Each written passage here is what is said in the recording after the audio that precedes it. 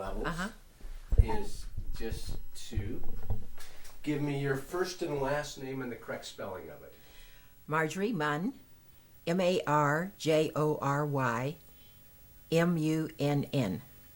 And your maiden name? Foster, Foster. And when you were flying, was it under Foster? Right. Okay. I just had one woman that was real important to her that I put her maiden name in. She was a high-speed radio operator, just in case anybody knew her. So, Now, you you kind of have now, how did you actually... Well, let me start with Pearl Harbor. Where were you when Pearl Harbor happened? I was in Miami. At that time, 1941, I was working as a beauty operator and also taking flying lessons when I accumulated enough money to buy some flying time. So you were already flying? Yes. Prior to the war? So it was prior to Pearl Harbor. It was a long process of flying. Maybe I could only get a half-hour time at the airport. So that was a love of yours from way back? It became a love, I think, because of Miami. There was so much flying around that you just naturally were drawn to airplanes. We lived not too far from the Dinner Key place where the large clippers, Pan American clippers, came in and landed on the water. That was a great sport to go out and see these airplanes land on the water and being drawn up to let the passengers get off of the plane. And it was just sort of a fascinating thought of air travel. Not thinking that I would be flying myself, but eventually it came to that. Huh. Was it uncommon for, when you started flying, was it uncommon for women to be flying? Even in that, just for fun? I think it was. I did have a good friend who was an instructor, and in fact, she was my primary instructor when I first started flying. And she was quite an accomplished pilot, but she was really the only one I knew who was flying at that time. I did, when I was in school, I belonged to the Civil Air Patrol, and this was just an organization that supported whenever there was an air show or anything like that, we would sort of help out. So I had interest at that time in high school.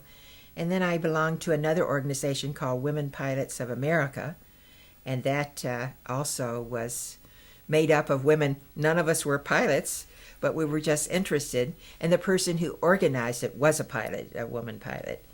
And so we had meetings together and did things together, and so there was an interest there. Huh, sounds like a fun group. I mean, yes. A fun group of and people. I went out to the airport and saw Lindbergh when he was there, and Amelia Earhart was there at one time, and so it was, so that area was really an area where flying was supported partly by the people who lived there. What was the first type of plane that you flew in? Do you remember? A Cub, JC-3 Cub. It was a land plane, and after I soloed, because it was a long way to go to the airfield, I had to take a couple of buses to get there. I decided to transfer over to seaplanes, which was much closer to where I lived. And so I then flew seaplanes and got my private license on a seaplane. And that was great sport because we could take off on the water and do our pylon 8s around fishing boats and that sort of thing. Yes. Now this would be just the end of the Depression? Is that about when? Oh, I probably started flying in 41. In 41, okay. Mm-hmm. So economy was picking up. Yeah, I graduated in 39, so it was not an easy time for families. Because it seems like, I know today flying is a fairly expensive... It was expensive then. It was $10 an hour, and you could work all day for $10. So how did you finance your training, your flight training? Through working as a beautician, beauty operator. Huh. Probably a shampoo and set at that time was about $250. So you had to do a lot of those to make yes, enough to... Right. Wow. Huh. Yeah. So how did you get involved with the Wasps then? I happened to see a little article in the newspaper that said there was someone in town who was going to interview young women who might be interested in an experimental program regarding flying and military flying, and they were suggesting women come down for an interview. So I called and went down for an interview and was accepted, had a physical, and from then on I was engaged. Were they real upfront right away to say, even though it was a military exercise, that it was going to be transporting planes and things like that? Or no. do you think that maybe you were... No. Actually, it was for the training program. And as far as what we would be doing if we graduated, I don't recall that being related to us.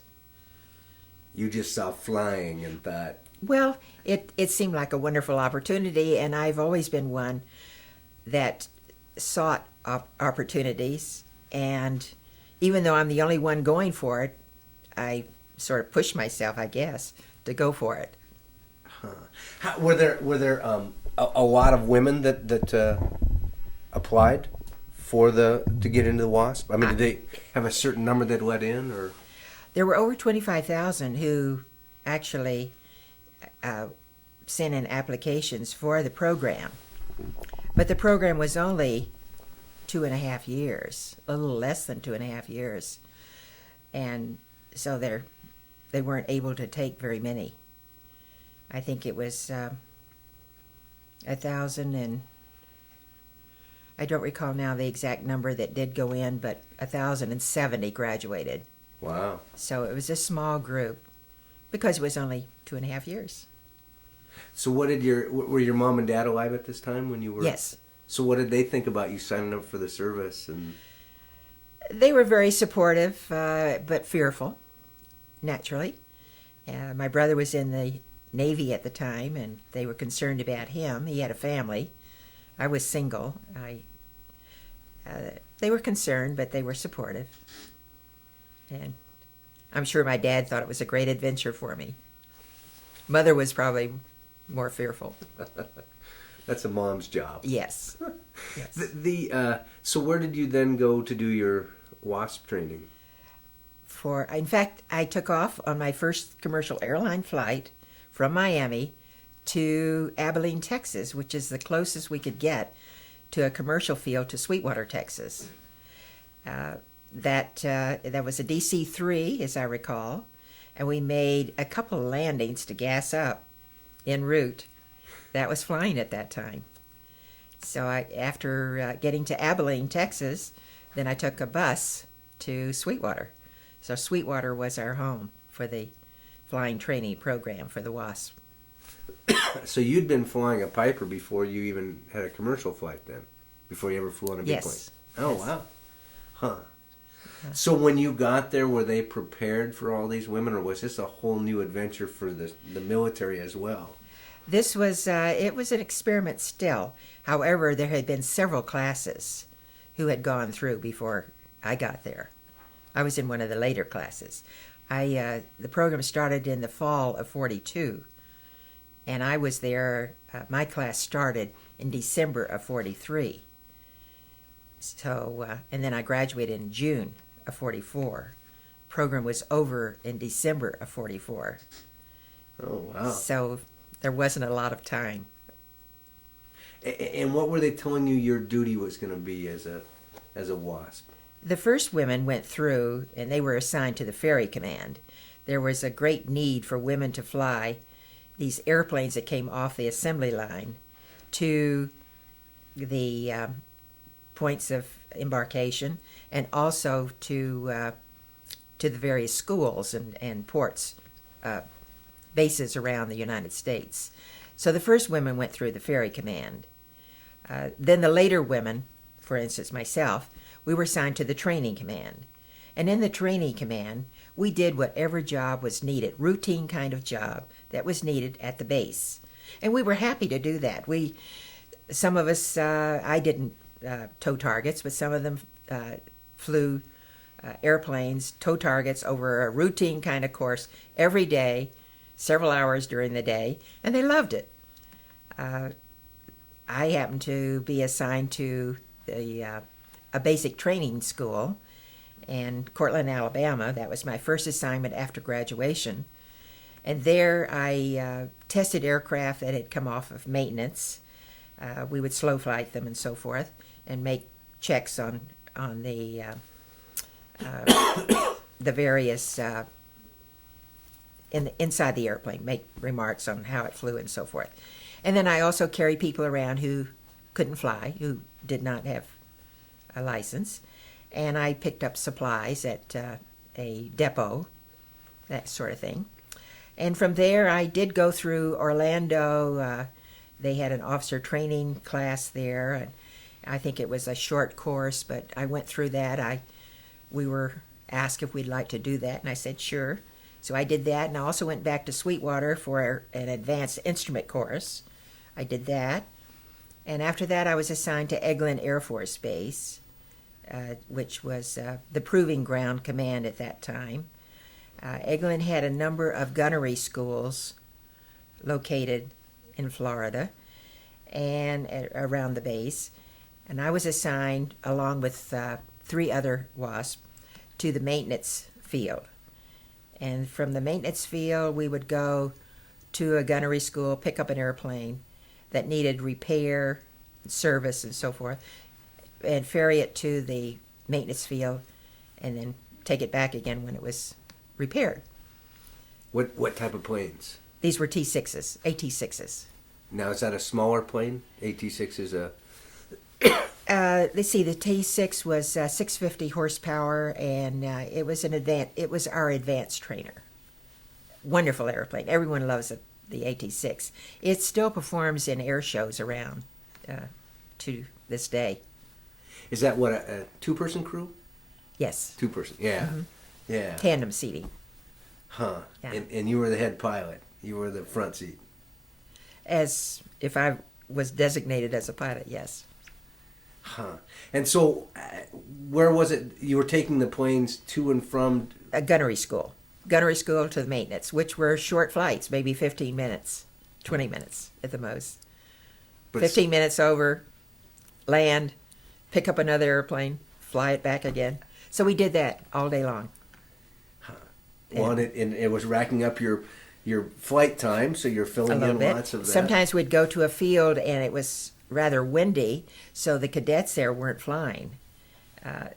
They were shooting at targets and things on the airplanes, and we would go in, and when I saw a line of young men sitting out on the flight line, I would always hope that my landing would be perfect as I came in, because I knew they were watching.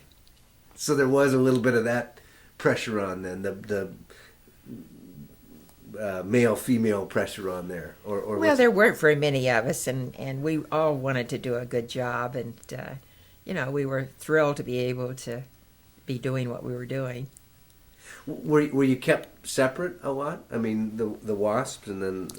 We had some men who were also assigned to the maintenance field who were flying along with us too. They had, because there were a lot of airplanes. There were about 4 gunnery schools, so we were busy. The planes had to be serviced, and some of them were shot up, and it's just always a lot of work. That's the thing that a lot of people forget about or don't realize, that while all this was happening over in Europe and South Pacific, there still was all this going on over here, that you got to train those people. Well, that's right. And the reason for the WASP program to begin with was because the need was so great for pilots. And as soon as the man went through training school, then he went into transition, he was sent overseas.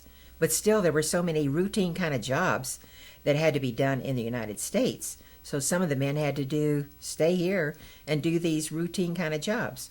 So why not, Jacqueline Cochran said, why not have women do these routine kind of jobs? Train them to do them, and all within the United States. And so that's what her program was, to train women to do these routine kind of jobs and release the men to go overseas, because the need was so great. Did you realize or feel also was a patriotic issue that you were doing, that you were a part of the war effort? Or? Oh, everyone wanted to, during World War II, wanted to do something for the war effort. We were, no matter what your age was, you were out there trying to do something. And growing up in Miami, during the wartime, before I left, I can remember seeing tankers on fire out off the beach. And there was always the thought that there would be landings on the beach. So we were well aware of the war was going on and the dangers to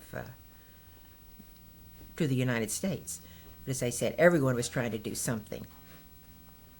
Did you, the young men that were being trained and sent off, did you have contact with those people, or were those just a separate group of people that you saw coming and going? We knew they were, and I had met some of the Navy people while I was still in Miami, and they were, as soon as they went through training, they were shipped out on carriers or something. So it was, the training was very fast. That must have been hard to watch. I mean, I have a little perception that I used to go through North Fort during Vietnam and see the young kids being sent off on trains and stuff like that. But to know where these pilots were going and what they were facing must have been a hard thing to... They were all in good spirit, and they were all very patriotic, and I think they all tried very hard to be the best pilots they could be, because they knew how important it was. And the same with us. We knew that we were needed, and we certainly tried to do our best. Actually, we had little contact with the men as far as social during training and so forth. In fact, it was often referred to our training area as Cochrane's Convent, because there were it was closed to all outside flying. And occasionally someone would come in for gas, but they were sent out right away. Our training went rather fast, and it was, we had washouts and dropouts, so we were always concerned about making it, graduating. That was always a thought in our head. So what was your rank then? There was no legal means to make us part of the military. We were civil service employees. We had no rank. We were under the military discipline, and we had women who were establishment officers at the base, Sweetwater. We had bed checks. We had drills. It was a program that was based on the same program as the Army cadets have, except that we, as far as flying was concerned, we had more emphasis, or the emphasis was on the cross-country flying instead of aerobatics. And even though we did some aerobatics, but not for the fighting part of it. So, but we were always concerned about making it through training. The program, as I said, was only 2.5 years, and when it was over, we were all very sad.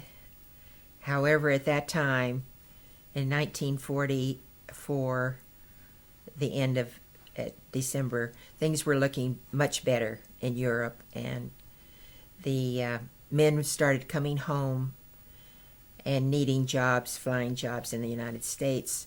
So it was Congress thought, why militarize these women, and why keep training the women when we have men here coming back now who can take over these jobs? So that's why Congress decided to not militarize the WASP. And Jacqueline Cochran said, if we aren't a part of the military, then we will disband. And Congress voted no, and Jacqueline Cochran said, all right, we'll disband. So that's why our program folded. And that was it? And that was it. Just like that? Uh-huh. Now, was Ms. Cochran, was she military, or she wasn't military? No, she was wasn't. A civilian? Right. So the whole WASP was civilian within the military? It was under the military supervision and also discipline. And we had no insurance, life insurance. 38 women died. And when they were killed, their remains shipped home. Collections had to be taken up at the bases to send the remains home. They got no flag for burial. So it was a rather sad situation. But it was an awkward situation in that there was no legal means to make us part of the military. Now, of course, that was rectified, and it was a long battle to recognize the service in later years. So in and there were no more women flying until 1976 for the military. 1976, then the Navy took in, I think they sent the first 2 women to Navy aviation school. Of course, today there are many women flying all kinds of airplanes and in various military combat units. So it's come a long way. And we feel very pleased that we were the first women to fly military aircraft in the United States for the Army Air Corps. And we sort of did a good job, and it was recognized as such. And now we do have military status as of 1979, and we have we can wear our ribbons, and we can have a flag at our burial. So it is retroactive, Yes. the military. Mm-hmm. Huh. Boy, what a neat piece of history to have been a part of. I mean, to realize that between the end of the 40s and 1970-some, there's a 30-year period that no other women did what you did, that flew. Well, it's great. We get together every 2 years, have a reunion, and there's still a lot of us around. We just had a reunion in October, and I think there were about 400, and there are some family members who come to our reunions. Our memorabilia is being taken care of by Texas Women's University. They have quite a nice place that they want all of our materials that we have, so they can have it for people who want to go and research the program. At our reunion, we stopped off at the Texas Women's University and saw what they had and stayed with them a couple of days. And then we went to Sweetwater, our home, and were there for a couple of days. And then we went to Midland, Texas, the Confederate Air Force, where they have all these airplanes that we flew and that were flown during World War II. The Wasp actually flew just about every kind of aircraft that was available in World War II. I think it was mentioned about 78 different airplanes, including the B-29, which had just come off the assembly line. Wow. So it was quite an opportunity, and also we did our job. Because a lot of times the Wasps would get to fly a brand new plane, right? When it was done off the assembly line, and they're... It had never even been tested before. Yes. Right. Gosh, you have all these things going on because you have all this new technology coming out. So you got these planes that are being tweaked and fine-tuned and sent out. And people are having to fly those not fully proven. And the airplanes are needed, and so it's necessary to get them out, deliver as fast as possible. Did you end up flying a variety of planes, or were you... I flew mostly trainers. I did get to check out in a B-25 and a P-39. And a P-39, of course, you just read about how the airplane flies and what the numbers are that you should engage when you're flying, and then you take off, which is a little different. And so that was a thrill. Wow, boy, yeah, that must have been. Yeah. So we were given lots of opportunities at the end, when they saw the program was folding, to fly whatever was available on the base.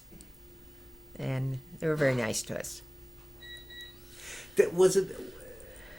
Was there an equality? I mean, was there a certain point where we talked about the country as a whole coming together? Did the male female become invisible to a certain extent in the fact that we needed people to do jobs? And I think that some of the women apparently at some of the bases were not treated quite as well as they thought they should be. I think there was always, not always, but I think there occasionally was a commander who thought, can women fly? I don't want them to damage any of my airplanes. In fact, I have a Wasp friend who, at one of the bases where she was threatened. They were threatened, two of them, if they put a mark on one of those airplanes. So, you have that little cloud over you. I never met that kind of expression myself. But on the whole, particularly those women who were towing targets, the commanders just thought they were great because they didn't mind going over the same area back and forth all day long. Whereas for a man, it would be kind of hard. They'd want to be doing something else. They wanted to be over fighting. Sure. They wanted to be. That's a lot of the pilots I talked to. That was it, boy. We wanted to get out of that training. Sure. Get this job done. Yeah. So you had to answer then, even though you were a civilian, you had to answer to officer. I mean, so did the military and the civilian interface somehow? That you? Yes, as I said, we had establishment officers, women, at Sweetwater, and if the military had a complaint, they would go through the women establishment officers, and there were some women who were washed out for various reasons, and there were dropouts too because some of the women found that it wasn't really what they wanted. Did you lived in barracks then, or did you live off We lived base? in barracks, and we call them bays. There were 6 women to a bay, 1 bathroom, on cots. We would have checks on Saturday morning to see how clean the room was. And unfortunately, in Sweetwater, we had sand galore, and we had wind always. And you could clean up your room, and then a windstorm would come, and the sand would come right through the windows. So it was kind of hard. I guess maybe the inspectors took that into consideration, but we were always very concerned that we weren't going to pass. How did you, well, did you have much free time? And if so, how did you pass free time away? My class didn't have much free time. When we got there in December, we got there December the 7th, and on December the 24th, we had a storm, and it was a lot of snow, and so we didn't fly for a few days. Flying open cockpit in the very intense cold. I didn't have heavy flying gear. I only had a jacket. I didn't have boots or pants, and so it was very cold, and they called off flying, but we still went to the flight line and sat on the flight line. So we were delayed quite a bit at first, about 2 weeks, and so we had to make up that time. And time off, we could go into the little town, Sweetwater, and they greeted us with open arms there. And of course we had a rec hall and music and that sort of thing. But I think most of it seems to me like in my bay we were pretty busy all the time. Didn't have much free time. Now you had a uniform, right? We had not our uniform for dress were khaki pants and a white shirt with an khaki overseas cap. That's what we used on Saturday morning when we had parades to drill. But otherwise, we had the men's, we call them zoot suits. They were the men's fatigues, and we'd just roll up the bottoms and roll up the sleeves, and so that's what our uniform was. And we wore turbans on our head. We covered up our hair, except when we were flying, when we had a helmet on. Now, when the program was over, in 1949, those that could be found, the WASP that could be found, if they were in the right age bracket, they were offered commissions based on their service during the WASP program. And so I was offered a second lieutenant, and I decided, why not? So I took it, and then I was flying as a Pan American stewardess at that time. And in 1951, I was invited to come on active duty with the Air Force because of the Korean campaign. Now, active duty not meaning flying, though. No. So, No, there were no women flying. Yeah. Was that hard? I mean, the fact that, World War II, we needed you, and come in and you start to fly, and now a new war starts and it goes on, but we aren't going to let you continue on? I guess I had accepted the idea that women were not flying, and so I had a job that was close to flying. I worked in operations when I was called on active duty. I managed to transfer into that field. And so that was, I was still doing a job, and it was connected with flying. I think that during the Korean campaign, again, they needed manpower. And so they started calling women in on active duty. And that's how I was called in. Huh.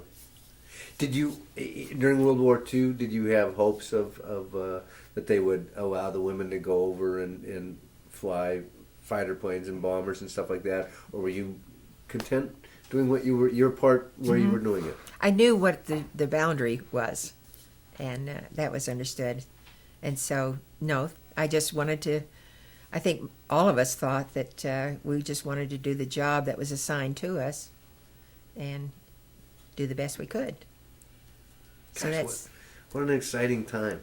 I mean, there's a travesty of war, and World War II was terrible in that way. But yet, here we have all this aviation development going on, and here you get to be a part of all of that. It was interesting because after graduation, we had a short leave, and then flying home to Miami, I was offloaded twice on the airplane because my priority was low. And it was, there were so few airplanes flying commercially at that time.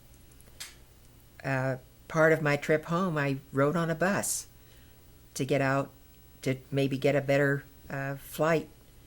And it took me almost 2 days to get home. And it was wearing a new uniform and new shoes. It was pretty uncomfortable. Did most people, when they saw you in your the uniform, your Saturday uniform, your parade uniform, for all intents and purposes, did most people consider you military? I mean, except for the military people who knew the WASP were separate, but I think they probably did. Because I always saw, I mean, I know that I had read it and realized it, but I always saw what you did as a part of the military, even though you were a civilian in it. So that all was fit in with this idea of the U.S. really coming together and everybody doing whatever it took to... Right. So many women. I go to the library here in Seattle and look at some of the newspapers back in World War II, and it's so interesting to read about what was going on at that time in this area, and I'm sure it's the same in all areas, that you would find that women are being encouraged to do exercises to build their upper body strength and so forth, so that they can perform better at certain duties, and because we didn't know what was going to happen, and it was important that we keep physically strong and be able to participate, even though we were women. So there were newspaper articles encouraging you to go out and stay physically fit, and school encouraging the women to stay physically fit. Well, at the time, for me, I didn't read any of those. But looking back, but looking back, yes, yes. Did you face much of the propaganda? I mean, did you go see the Saturday news reels and things like that, where they're encouraging you to go out and sell war bonds? And I think I was aware of it, yes, but we're pretty busy. You know, you just go ahead and do what you're doing. And as I said, when I was learning to fly, I had to work to give me the funds to be able to fly. So, did you leave the Wasps with enough flight time to have your pilot's license, full pilot's license? well, I did have I had enough for a commercial license. So I had a commercial license after the Wasp, and I also had an instrument rating. Most of the WASP were contacted by the Civil Aeronautics Administration and the Weather Bureau to see if we would be interested in a job with them, and they encouraged us to apply. So I did apply with the CAA, and I did go into a field called radio communicator, aircraft communicator, and I went to school. And there were several of us who did that. So I worked at that for a while. And that was, we were based at airports. And our job was to send out weather reports on the teletype. And also to talk from air to ground to pilots who would fly by and want various information. So I did that. Do you remember the last time that you flew a plane? Let's see. I guess that I can really report. It was probably in 1944. Really? So when it was done? It was done, uh-huh. You filled your fantasy and... I didn't have anything that I was working toward, and I had to work, so I had to have a job that paid... where I was going to, and take care of myself. And I wanted to learn other things, new things, and go to new places. And so I was fortunate to be able to do that. Did many of the people that you crossed paths with, the other WASPs, did they go on to fly? Or Some of them did. Some of them had connections with schools, and so they went and worked at schools instructing. But there were few of those jobs, and there were no other flying. I don't know of any flying jobs at that time that women were able to get into. So most of them went into other things, did other things. Huh. It must be fun to get together with them and just. Oh, it's marvelous. All of these white-haired women go around, and we're like kids again when we get together. It's delightful. Now, do you have grandchildren? Do you have children? Yes. And grandchildren? We have 3 sons, and then we have three children by my husband's first marriage, and then 2 with our sons. So do they know what Grandma did during the... Well, I think they do a little bit. They don't yet really understand. None of them wanted to fly. It's interesting. Well, they're all busy too. They're trying to earn their way and into things that they're interested in, and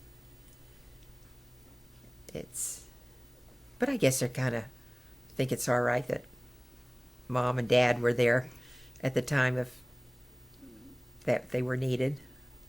Do you think that there's a message from World War II that should be left with the generations that you and I probably will never meet, so that it's either not forgotten or they understand? Or I think there should be an appreciation for the fact that the country did come together at a time of need, and they pulled together the entire time, and they accomplished the job through that effort. And I think we should also take care of all those veterans that were left disabled and in need of care. We should see to it that they are properly cared for. Yeah, you had a brother that was in the service? And did he come home okay? He came home okay, yes. He was in the Navy, and he had an exciting career as a skipper on a tugboat and a firefighter. He was out in the Coral Sea and in a number of battles. And yes, we were fortunate to get him back. Again, that had to be the constant reminder if you were at home and the stars and the that were hung for children that were over there, and to know that your brother was over fighting. But again, I guess that sense of whatever it was, the unity or the pride that, as I listen to a lot of people talk, it kind of overrode the fear of, they never thought anything would happen to their family. Or I think that when I talked to my husband, who was a prisoner during, I think that what a time they had. The men who served and they were caught and were in prison camp for such a long time. It was so difficult, and it was like another world, really, from the rest of us who were home. And it's an appreciation we should have for them. That is kind of one of those surreal aspects to war. I mean, even though war was going on and we were a part of it, if you were at home, I mean, you might have seen it. You might have seen soldiers coming home, but really the war was away somewhere. Yes, that's very true. Shall I get my cat off? Just gonna jump at you. Come on, kid. Well, thank you very much. You're very welcome.